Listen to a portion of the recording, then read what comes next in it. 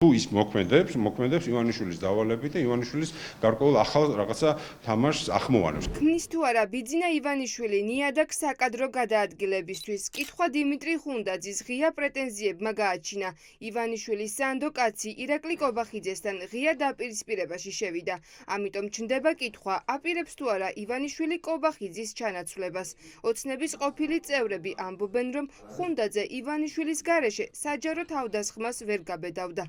პრაქტიკულად დარწმუნებულია, ეს არის ივანიშვილის მიერ ახალი გზავნილები არა საზოგადოების, არამედ ქართული ოცნების დღევანდელი ხელისუფლების ხელმძღვანელობის მიმართ, რომ ან შეარბილოს მათი გავლენები, შეასუსტოს მათი გავლენები, ან დაგეგმილია უკვე გარკვეული შიდა ცვლილებები და ამისთვის წინა პირობებს ქმნიან. დიდი ალბათობით დაწყებული არის კობახიძის ჩანაცვლების პროცესი.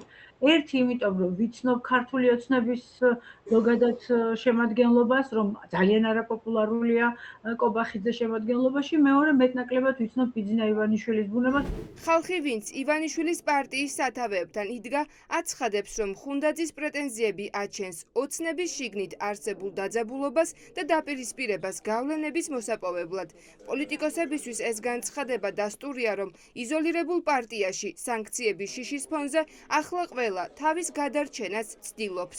ეს არის წმინდა მერკანტილური პირადი კონფლიქტები, რომელიც ადრეც იყო და ხშირად იყო კობახიძის მიმართ, ის სულ აჩენდა ხანძრებს შიგნით და მის მიმართ გარკვეული ჯგუფი მუდმივად იყო კონფლიქტში. ამ ჯგუფს, რომელსაც წარმოადგენს ხუნდაძე მაჭარაშვილი, რაღაცა პრეტენზია ალბათ, როცა ასრულებენ ესეთ ცუდ დავალებებს, რასაც ისინი აკეთებენ მათი როლით, ხო? ალბათ ითხოვენ მეტ პრივილეგიებს. ის კი არ აინტერესებთ იქ თვითონ ქართული ოცნება, ქართული ხალხისთვის რას აკეთებს, არამედ აინტერესებთ ქართულ ოცნებაში ისინი რამდენად კომფორტულად ზნობენ თავს და რამდენად იღებენ სარგებელს. ეს არის ჩემი აზრით მთავარი პრობლემა. პასუხი როდის მოეკითხებათ, სანამდე ეს დღესასწაულში დადგება, მათ უნდა სარგებელი მიიღონ ამ ყველაფრისგან ყოფნიდან და ანუ როგორც ჩანს ახლა ყველა იმას ვეღარ იღებს, რითვისაც დარჩა იქ. ოპოზიცია ვარაუდობს, რომ ლეგიტიმაციის კრიზისის პირობებში მმართველი ძალა შესაძლოა ცდილობდეს ფსევდო-კონკურენციისა და დებატების იმიტაციის შექმნას, სადაც ხუნდაძე მაჭარაშვილის გუნდი ოპოზიციურ როლში გამოჩნდება. თამაშის გაგრძელების მაჩვენებელი უფრო არის, ვიდრე რაღაცა დაპირისპირების რეალური შესაძლებლობა. ამიტომ ხალხის ძალა არის ივანიშვილის რეჟიმის განუყოფელი ნაწილი.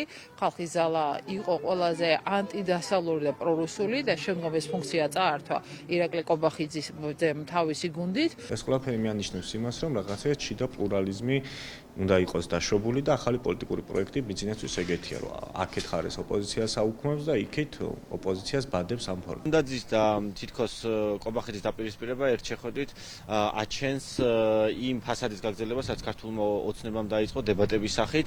ისინი ცდილობენ წარმოაჩინონ, რომ ქვეყანაში ნორმალური სიტუაცია და მათ შორის პარტიასთან შორის არის ასევე განსხვავებული აზრი, არის პენეტრაციას და საზოგადოებაში ცდილობენ, თუმცა ფაქტის ახეზია, რომ ქართულ ოცნება ვერ გაურბის იმ საზოგადოებრივ უწნეს და საგარეო უწნეს, რაც ისინი ბოლო 1 წლის მანძილზე აღმოჩნდნენ. დიმიტრი ხუნდაძემ სამთავრობო არხის ეთერიდან დაუფარავად თქვა, რომ დღეს ქართული ოცნება ერთგულ ადამიანებს არ აფასებს. ხალხი კი, ვინც პარტიას 2012 წლიდან მოყოლებული გვერდით უდგას, დაუფასებელია. ირაკლი კობახიძე გუნდში არსებულ დაპირისპირებას არ უარყოფს. ის ხუნდაძისგან კონკრეტული სახელების და გვარების დასახელებას ითხოვს, თუ ვინ ვის არ აფასებს. მე არ ვიცი, ვინ იგულისხმება თუ კონკრეტულ გვარებს დაასახელებს, რა თქმა უნდა, მზად ვართ მასთან საუბრისთვის. ის გაბედავდა ივანიშვილის გარეშე თქვენს კრიტიკას? საუბრობდით ერთმანეთთან მთელი ამ დროის განმავლობაში. კონკრეტულად გვარებით უნდა ვიმშელოთ, როდესაც საუბარია ვიღაცის დამსახურების დაფასებაზე და არ დაფასებაზე. ამიტომ მზად ვართ, რა თქმა უნდა, ვიმშელეთ თითოეულ გვართან დაკავშირებით. დიმიტრი ხუნდაძე ერთხელ უკვე იყო იმიტირებული ამბოხების მონაწილე პარტიის შიგნით, როდესაც თითქოს დეპუტატები აიყოლია და ქართულ ოცნებას მაჟორიტარული სისტემის გაუქმების საკითხი არ გაატანინა. ახლა ჩნდება კითხვა, ეს ახალი ამბოხება რეალური დაპირისპირებაა თუ აქაც იმიტაციასთან გვაქვს საქმე?